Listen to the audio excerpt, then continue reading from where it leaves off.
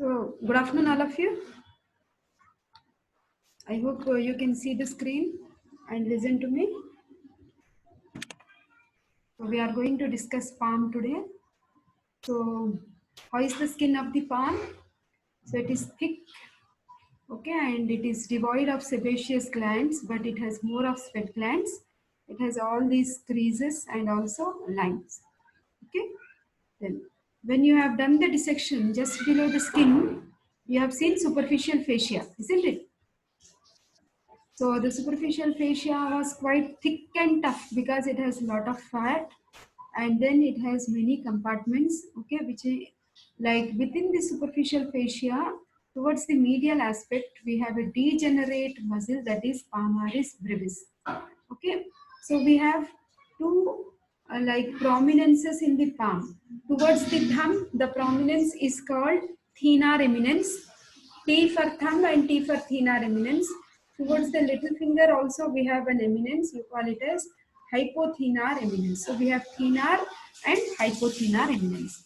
So towards this medial side in the hypothenar eminence, we are finding the muscle palmaris brevis.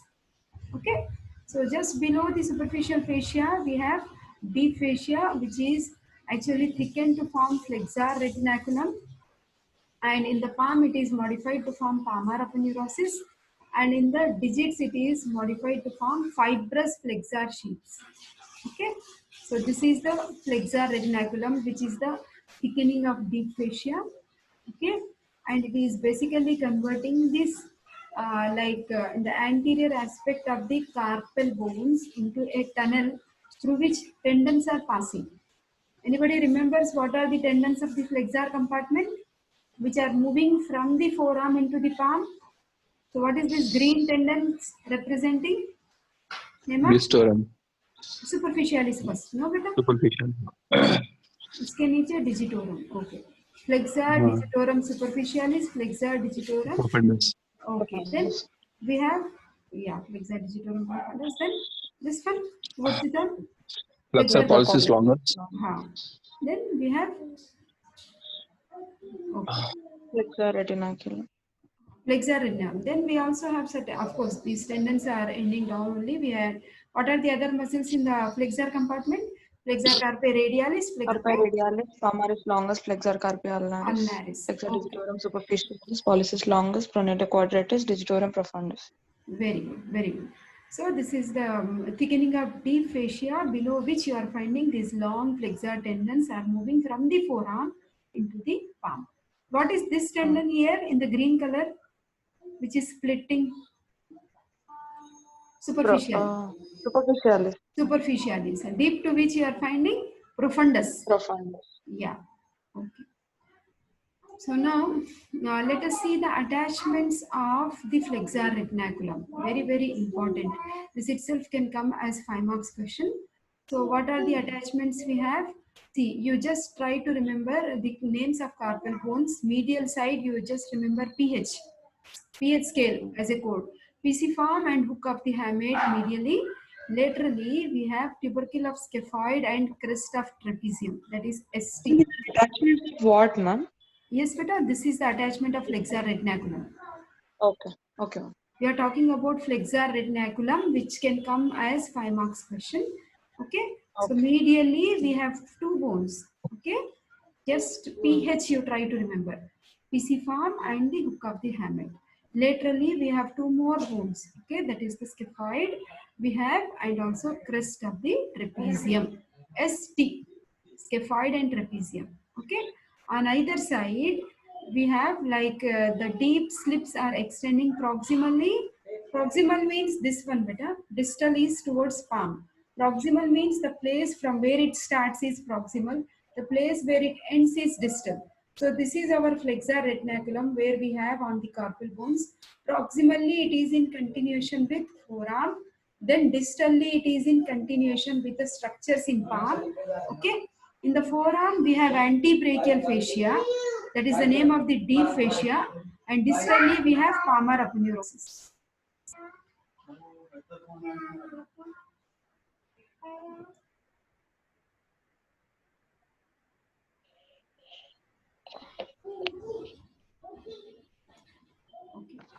Then see here, beta. Now, what are the various structures? Now, see here. This is the flexor retinaculum. So, we should know what are the structures which are going superficial to it and deep to it. So, superficial to it, we have the tendon, like Hema was telling us, palmaris longus. Okay. Then we have the cutaneous branches of median and ulnar nerve. You just practice this picture and give the relations. Okay, you are finding palmar cutaneous branch of median nerve laterally. Then we have palmar cutaneous branch of ulnar nerve medially. You are finding these vessels, ulnar nerve and ulnar vessels. Okay. Then deep to the retinaculum. Just now you have seen those green and white tendons. So what are those? Flexor digitorum superficialis. Ma'am, hello, your voice is breaking, ma'am. My voice is breaking. Ma'am, your voice is breaking. Yes, ma'am. And also there's some disturbance.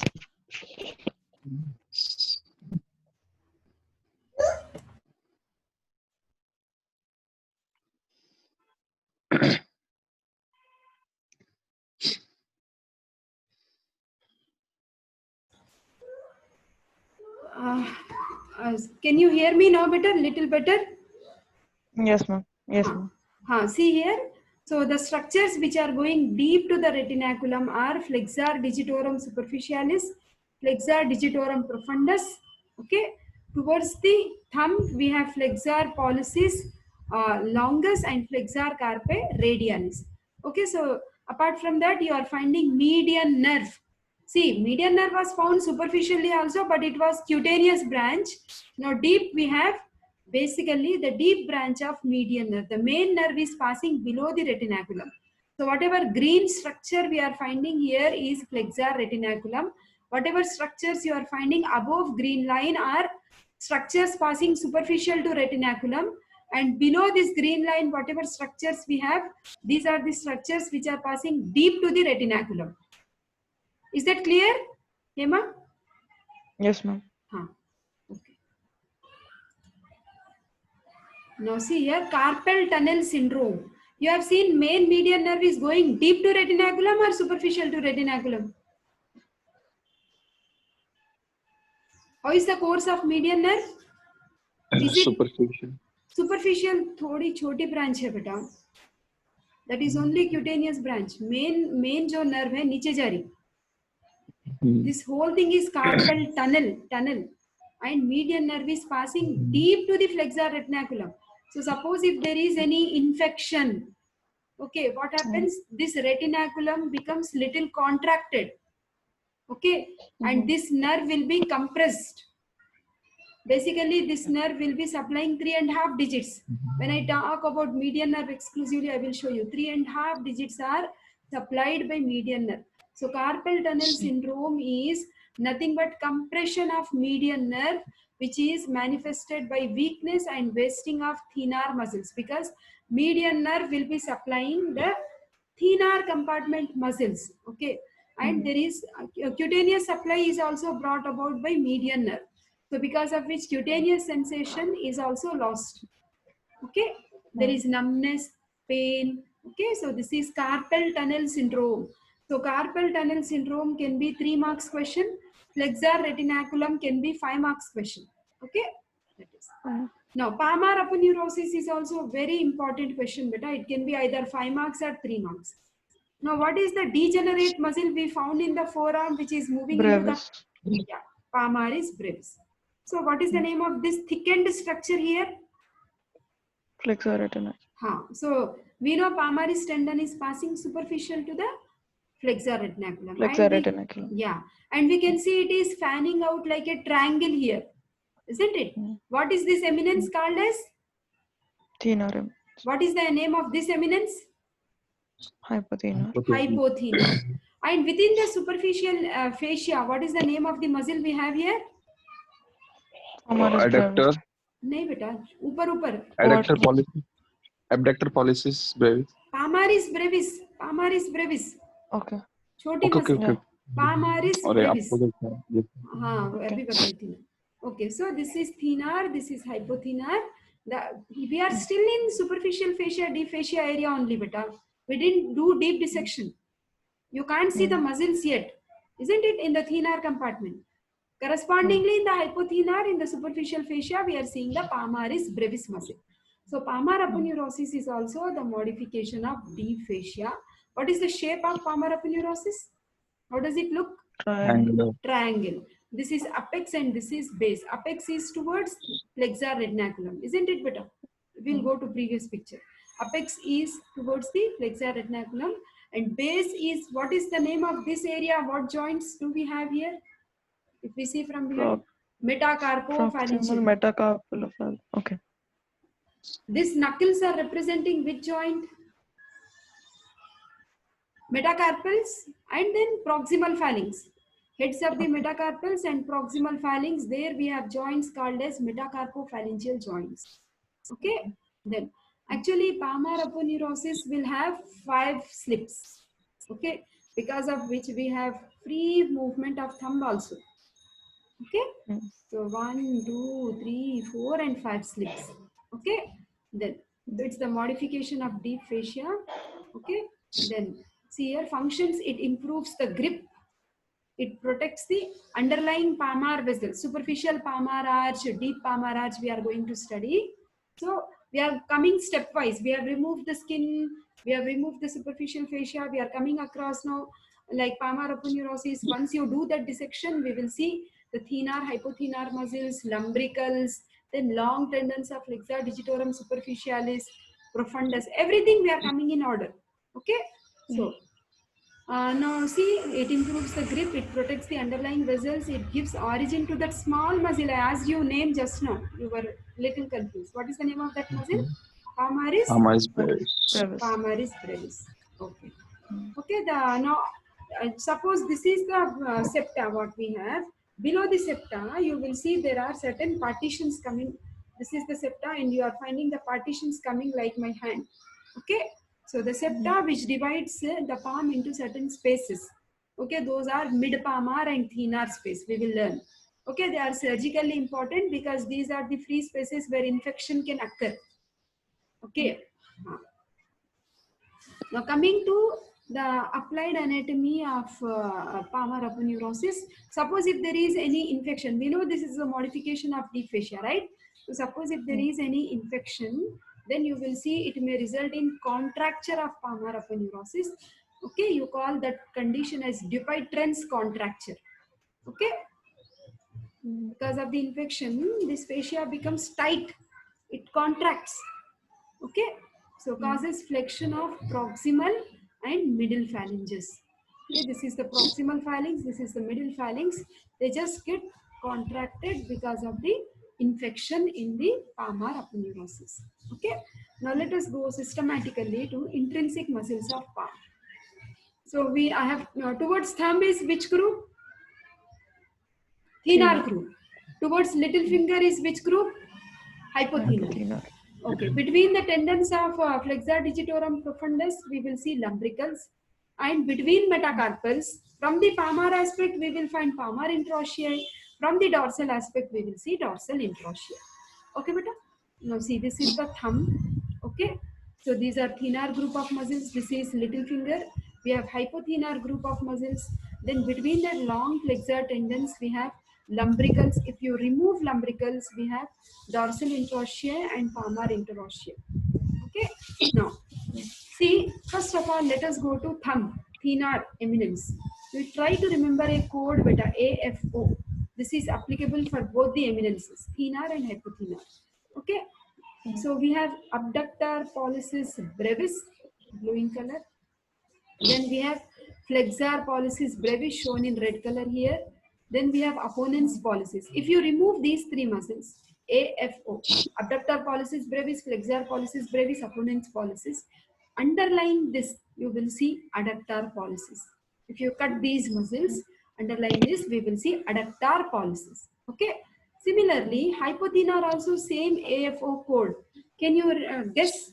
Abductor digiti minimi, flexor digiti minimi, opponents digiti minimi. Digiti minimi means it goes to little finger. Okay, like that. Now let us elaborate the thenar group of muscles. First we have abductor pollicis brevis. Okay, here we have flexor retinaculum origin and tubercles of scaphoid and trapezium. You remember ST beta flexor retinacular attachments laterally? PHST, I gave you the code. PH medially, ST laterally. So lateral, same thing that we have flexor retinaculum, tubercles of the scaphoid and trapezium. Now from this picture, where is it getting inserted? Into the base of the proximal phalanx. See, this is the proximal phalanx and this is the distal. The base of the proximal phalanx laterally. Instead of using the word laterally, we can write radial side. Same meaning, isn't it? So just remember the thenar group of muscles. Basically, I told you all long flexors are supplied by which nerve? Laborer's nerve. Which nerve was it? Like a median. Very good. Median nerve. Yeah. Okay, but thenar compartment is also supplied by median nerve. But apart from thenar, hypothenar, lumbricals, and the palmar and dorsal interossei, everything they are all supplied by ulnar nerve. Okay, that means basically palm we have ulnar nerve. That's why ulnar is called as musician's nerve because it is controlling fine intricate muscles of the palm. Okay, but thenar group, these three AFO, these three fellows are supplied by recurrent branch of median nerve. Okay, as the name suggests, what does it do? Abduction of the thumb, abducts the thumb. Okay, then AFO, flexor pollicis brevis. So it is having superficial head and deep head, flexor retinaculum and trapezium, and deep head is from trapezoid and capitate bones. Okay, this is also same insertion beta, base of the proximal phalanx of the thumb. That means one below the other. Same radial side, same. Only action is different. What is that action we have? It flexes the proximal phalanx of the thumb. And what is the nerve supply? Same thing. Median nerve, but it is also supplied by deep branch of ulnar nerve. Suppose if one muscle is supplied by two nerves, what is the name we usually use for Hybrid that? muscle. Very good. Can you name some other hybrid muscles in forearm? Flexor digitorum profundus Very brachialis. good. Very good. Very good. Okay. Now see here, we have third muscle, that is opponents. Opponents means counting beta. You count 1, 2, 3, 4. This is the movement which makes human beings superior among the other primates. The opposition type of movement is responsible for increasing the grip. You are holding something. You are holding something. That type of opposition movements is not found in lower animals. Okay. And this modified muscles we have, muscle we have is opponent's pollicis. So which is coming from flexor retinaculum, then tubercles of trapezium, then lateral half of the palmar surface of the shaft of the first metacarpal bone. Okay, that is the insertion. Okay, it is going to metacarpal, not to the base of the proximal phalanx beta. Okay, from flexor retinaculum trapezium, its journey is up to the shaft of the first metacarpal bone. See, AFO, all three same, please remember, median nerve. Recurrent branch of median nerve. Okay, what is the function it has? Opposition. Okay, then see, except for AFO, remaining all muscles of palm, they will be supplied by deep branch of ulnar nerve. Okay, try to remember like that. So coming to adductor pollicis, I told you after you remove AFO, abductor pollicis, flexor pollicis, opponent's pollicis, then see deep to this, you are able to see this adductor pollicis. Okay, it has transverse head and oblique head. Okay, so transverse head is coming from the palmar surface of the third metacarpal bone. Oblique head is coming from second and third metacarpal bones. Okay, where is it going? See, the ulnar side of the proximal phalanx of the thumb. A and F, they have gone to radial side, first two muscles, right? So this last muscle, adductor pollicis, is coming towards the medial side of the base of the proximal phalanx of the thumb. That's the reason it is bringing about this movement. What is this? If you bring close to the midline, you call it as adduction. Isn't it, beta? Adduction of thumb. Name also shows, no, beta? Adduction. Flexor means flexion, opponents means opposition, abduction, abductor muscle is for abduction, adductor muscle is for adduction. Like that you remember. So hypothenar muscles, again I gave you the same code, AFO. Abductor digitae minimi, flexor digitae minimi, opponents digitae minimi. Then we have this degenerate muscle which we see in the superficial fascia is palmaris brevis. Okay. Next, palmaris brevis starts in the skin and also gets inserted in the skin. It has no bony attachments. It is seen within the superficial fascia. That's it. It also improves the grip. So abductor digitae minimi. See, these are medial bones now, beta, little finger. So pisiform has come into picture. Pisiform is a sesamoid bone formed in which muscle, beta? Flexor Tendon. carpi. Tendon of which muscle? Flexor carpi ulnaris. Isn't it? Ulnaris. Okay. Okay. So origin is pisiform bone and insertion is ulnar side of the base of the proximal phalanx of little finger. Isn't it? That was thumb and this is little finger. Okay. Nerve supply, ulnar nerve, and what is action it does? Abduction of little finger. Very simple. Everywhere now you will see only ulnar nerve supply. Okay. Then flexor digitae minimi. Okay. Origin is flexor retinaculum, hook of the hamate. Then it is coming and getting inserted into the medial side of the base of the proximal phalanx. This is the medial aspect of the picture. This is the lateral aspect of this bone. Okay. So ulnar side or the medial side, up to you. Any word you can use. Textbooks also use different terminology. So flexor digitae minimi, what does it do? It brings about flexion. Then opponents digitae minimi. Opponents means what? It's bringing about opposition movement. Origin is again flexor retinaculum, hook of the hamate. Insertion is ulnar side of the palmar side of the shaft of the fifth metacarpal bone. Okay. Nerve supply, ulnar nerve, deep branch, opposition of little finger. Okay, palmaris brevis. Origin is flexor retinaculum, insertion is and aponeurosis.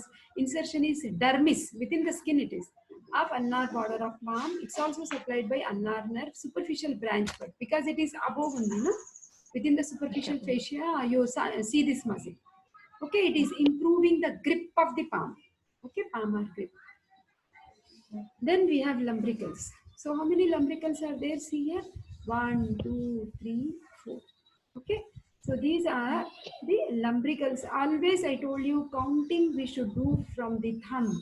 So this is the first, second, third and fourth. When you observe first one, it looks unipinnate. That means the origin is coming from the medial side or lateral side of the tendon of the flexor digitorum profundus. Green one was superficialis beta. Very good. And this gray color tendon is flexor digitorum profundus. Okay. Between the tendons of flexor digitorum profundus, we have lumbricals. Lumbricals itself can come for 5 marks or 3 marks. Favorite question beta, lumbricals. Okay.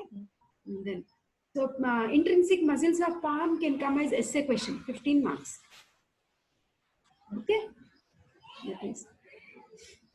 Palmar interossei, dorsal interossei also can come for either 5 marks or 3 marks.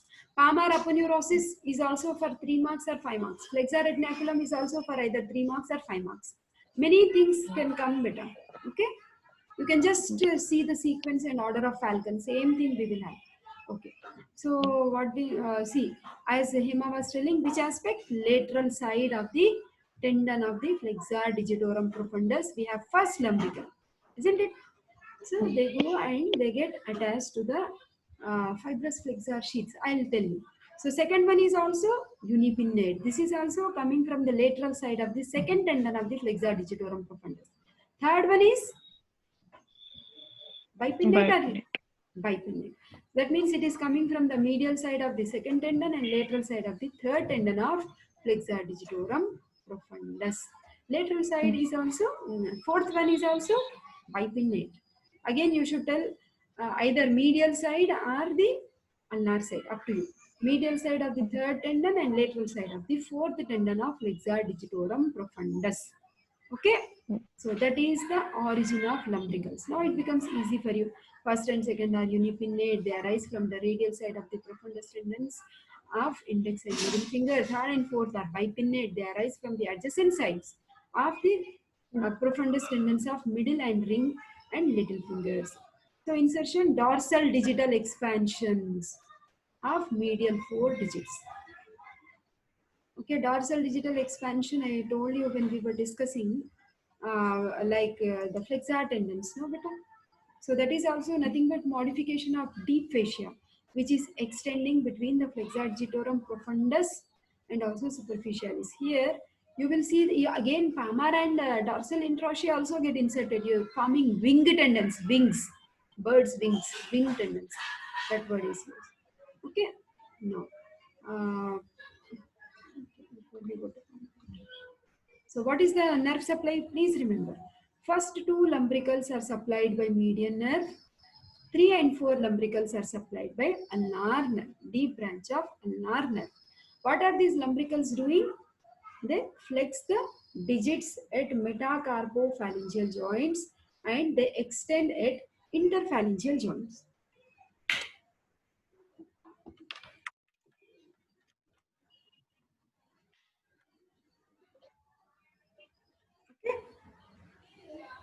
Flex at metacarpopharyngeal. That means this action beta, what I am showing you, flexion at metacarpopharyngeal joints and extension at interpharyngeal joint is brought about by which muscles? Lumbricals. Lumbricals. Okay. Then we will talk about palmar interossea. Palmar interossea, once you remove, that means you are doing order-wise dissection beta. You have first seen the skin, you have removed the skin, you have seen palmar aponeurosis, you have removed it, you have seen thenar muscles, you have removed it, you have seen hypothenar muscles, you have removed that also. Okay, then deep to that you will be able to see these flexor tendons. You have cut the tendons of flexor digitorum superficialis. Now you are able to see the flexor digitorum profundus tendons. You are seeing lumbricals, remove lumbricals. Then you will see, I am telling you stepwise. Once you remove lumbricals, we will be able to see palmar interossea. So how many palmar interossea are seen? 1, 2, 3, 4. Okay. If they are seen from palmar aspect, you call them as palmar interossea. And if you see from dorsal aspect, you call it as dorsal interossea. Okay, beta? So how many are there? 1, 2, 3, and 4. Okay. So now let us see the origin insertion. So origin is ulnar side of the base of the first metacarpal bone and ulnar side of the shaft of the second metacarpal. Third and fourth are radial side of fourth and fifth. This is the radial side and this is the ulnar side. First, second, okay, then last two we are finding. Okay, that is. This. After that we have dorsal interossea. Dorsal interossea are again how many in number we have? 4 in number. 4. So all are bipinnate. You can see they are coming from the metacarpals of the adjacent sides. Okay, suppose if it is first dorsal interossea, what you will write? What is the name of this side? Ulnar side. What is the name of this side? Medial side or ulnar side? Radial side or lateral side? Okay. The first metacarpal bone, this is the second metacarpal bone. Okay, they are coming and getting inserted. The first one is getting inserted into the base of the proximal phalanx on the lateral side. Okay, try to understand the picture, you will write in your own words. Second dorsal interossea is also bipinnate. It is coming from the adjacent sides. Instead of radial ulnar, to avoid confusion, you can also use the word adjacent sides of the second and third metacarpal bones and getting inserted into the radial or the lateral side of the base of the proximal phalanx of middle finger. Okay. Then coming to third is also adjacent sides of the third and fourth metacarpal bones, and this is the ulnar side of the middle finger, and this one adjacent sides of the fourth and fifth metacarpal bone, bipinnate, and it is getting inserted into the base of the proximal phalanx of which finger beta? Ring finger. Ring finger. First one was index, second, third are middle, fourth one is ring finger. Okay, that is. Now, palmar interossea, try to remember, they bring about adduction, this movement. Whereas dorsal interossea, they bring about abduction. Okay. What is the nerve supply of all these interossea muscles? Ulnar nerve, deep branch. Deep branch of ulnar. Okay. Deep branch of ulnar. Okay. So abduction and adduction. Obviously, what are the joints which are there? Fingers, flexors of the metacarpopharyngeal. Same what we have discussed for lumbricals. Flexors at metacarpopharyngeal and extension at interpharyngeal joints. Like that we try to mention. Okay. So what is this group of muscles you are finding them? Hypothenar. Yeah, very good. Okay. So what is the name of this muscle? And what is the name of the nerve supplying it? Allah. हाँ, ulnar nerve, deep branch of ulnar. ये कौन सी muscle है बेटा जो ये action कर रही है? Opponent. हाँ, opponents, Digitamen. digitamen. Excellent, very good, very good. What are these muscles बेटा? Lumbricals. Very good. Lumbricals. Can you tell me the nerve supply? First two, median First nerve. two Median nerve. median nerve, second, हाँ. third, fourth ulnar nerve, deep branch. Allah. Can you name this muscle? Abductor pollicis नहीं बेटे. long. Abductor. Adductor. Adductor. Adductor. Okay. Adductor. What Okay, is that, बेटा. ma'am? Adductor pollicis? Adductor pollicis brevis. Pollicis brevis. Okay. Last fourth Hmm. muscle. Okay. Okay. Okay. हाँ, AFO के नीचे जो है last वाली. Okay. It has oblique head and transverse head, I said, right? Okay. Yes, ma'am. हाँ, that's it. Okay, बेटा. So we will stop here and I will take the arches tomorrow. Otherwise, it will be confusing, beta. Okay? Okay. Bye, ma'am. Thank you. Okay, bye, beta.